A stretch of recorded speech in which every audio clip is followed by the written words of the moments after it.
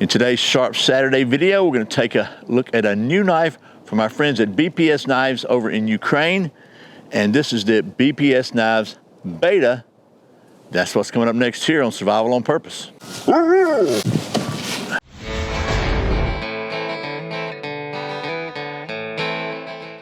Welcome back to Survival on Purpose. My name is Brian. Thanks for joining me for another Sharp Saturday video, where it's Saturday, we take a look at something sharp. And like I said, today that something sharp is this BPS Knives BETA from the folks at BPS Knives over in Ukraine. And we've looked at a couple of their knives already before. I had really good results in the testing with them. I think this one looks like it's going to shape up to be also a really good knife, but we'll find out in the testing in just a minute. But first, a big thank you as always to today's video channel sponsor, my friends at Hog Holsters. Hog Holsters are the holsters that I've been wearing for years and years. They're the most comfortable, most concealable concealed carry holster I have ever worn. I'm wearing one right now with my Glock 19 in it. And I really like them. I think you will too. I've had a lot of people over the years, as I've recommended Hog Holsters, comment and get back to me and let me know thank you. They really are so happy with their purchase and their decision to get themselves a Hog Holsters. Hog stands for Helping Americans Wear Guns, so it's HAWG.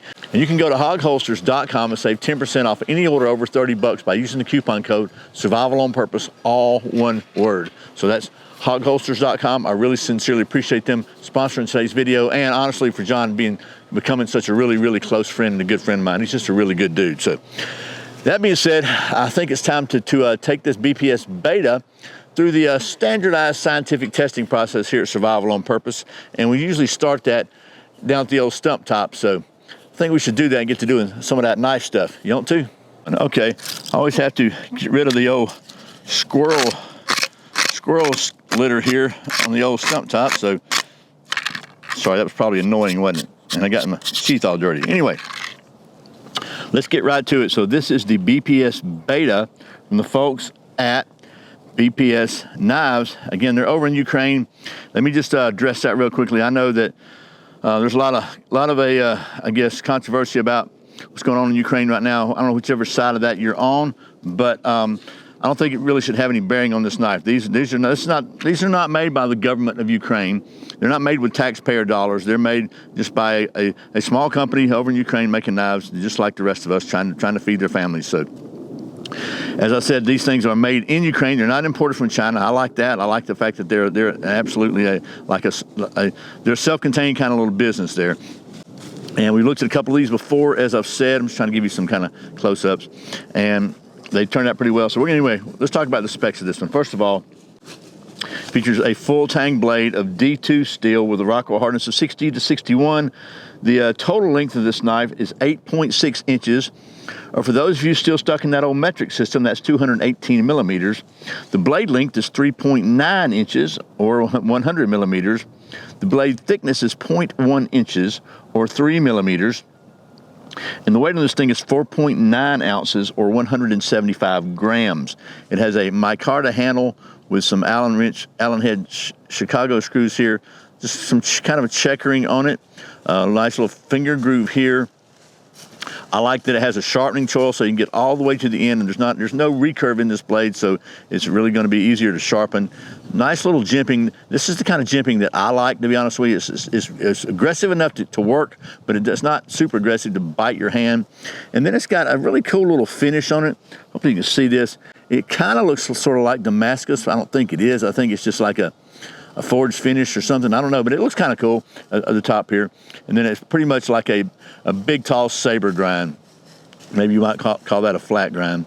Then there's a lanyard hole here, and the fit and finish on this thing is pretty good. You know, sometimes I feel along the spine where it meets the handle, and there's some ridges there. They did a pretty good job of this one of making it nice and smooth. The handle feels pretty good. I wear medium gloves, so there it is in my hand. It's kind of a medium-sized handle. The spine feels like it's 90 degrees, so it should be okay to scrape with. We're going to check that out, of course. Then it has a carry system. It's ABS plastic sheath. It says it's catering to right or left hand users, and it's kind of like a tech lock style lock here. And then so you can swap it around for right or left hand, however you want. You can mount this thing, scout carriers, a lot of different ways you can mount it. And there you go. There's a little drain hole in the sheath, and it fits in very well, very, very solid retention. Use your thumb push to push it out there, but it's in there pretty good. So there's that. The MSRP on this knife, I've been told to not wiggle these things around so much. So let me just give you a close-up while I tell you the price. Is $70. The Amazon price is $55, so just over 50 bucks. And if it turns out to be as good as I think it's going to, just from my initial look at it, I think that's going to be a pretty good bargain, a good price. And I say from my initial look, because I'm looking, I don't know if I can get you close up enough to see this, but the grind is extremely even. It's like sometimes there's one side's bigger than the other, everything like that. You can look at the in here. It's very, very even too. You know, I've got a much fancier camera than I started out with, but it doesn't seem to do close-ups nearly as well as the one I started with. So I'm actually looking at maybe getting a super cheap one to try again. So anyway, there's that. I think we should get to the scientific portion of our testing, don't you? And what I like to start that with is the pretty much internationally standard sharpness test, the redneck sharp test. So we're going to do that right now. Let's get the old testing medium out here. Let's just see how she fares out of the box. Oh my gosh. And you know, I always have people say, well, it doesn't matter. You should be able to sharpen a knife. But I think I've said this too many times, so I'm probably beating a dead horse. But it really does matter, because to me, it's just, look at all that hair there. It's just an indication of the care and quality control at a factory, in my opinion. So we're going to say it gives the old redneck sharp test an absolute A+. Just for kicks, since I happen to have my notes here, let's just see how it does on the paper cutting test. I'm sure it'll do fine. And mostly what this does is mess up the white balance on my camera. But, oh yeah. Okay. All right, yeah. She's sharp. So, let me back you up a little bit, and we'll get to doing some of that bushcrafty, woodcrafty knife stuff. Okay, so hopefully we can beat the sundown. I've been really busy at my real job the past few weeks, and I've been kind of getting behind on videos, and really I've been racing the sun down on a few of them. But this is a piece of cedar, and it's pretty solid. And you know, this is a 3.5-inch blade approximately, so we're not going to go try to build a log cabin with this, but it might be a good idea to be able to get into the middle of some wood and split it out. And you know, I always like to beat the heck out of them anyway, kind of like Bob Ross says, I got to beat the devil out of them. So anyway, I got my my smaller compact baton. Let's just see what happens here. We got it. Okay, that's not bad. Not bad at all. Try one more, see if we can get into this knot.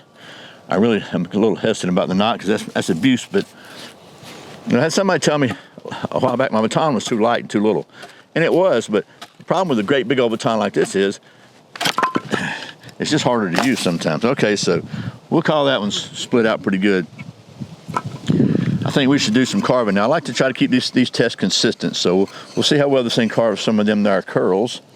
And we'll just get to it, right?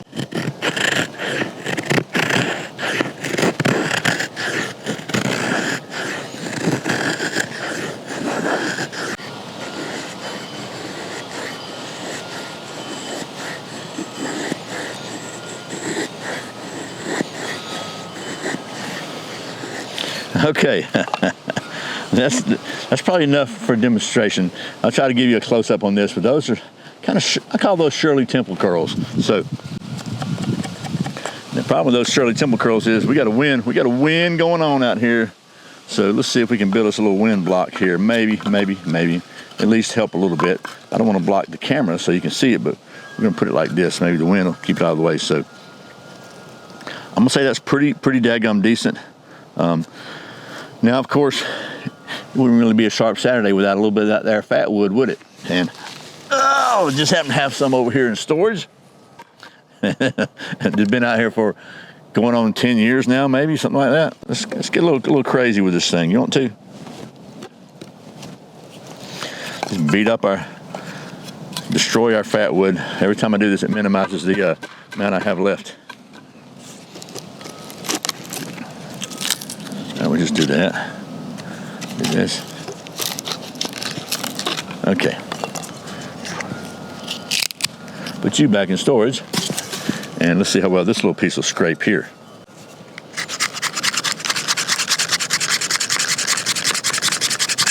Oh yeah, Works better when I keep it off the jimping.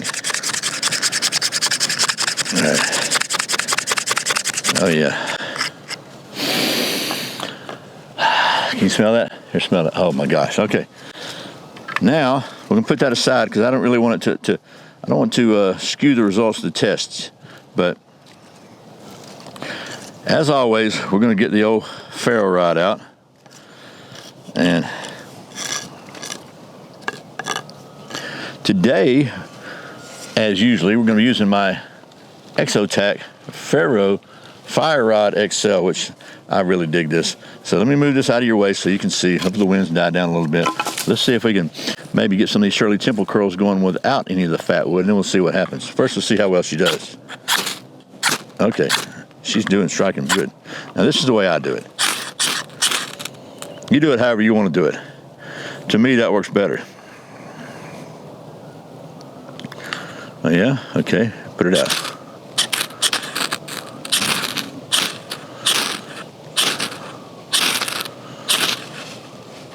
Come on now. There we go. So, not bad there. Let's try the fat wood, see if I can get it done faster.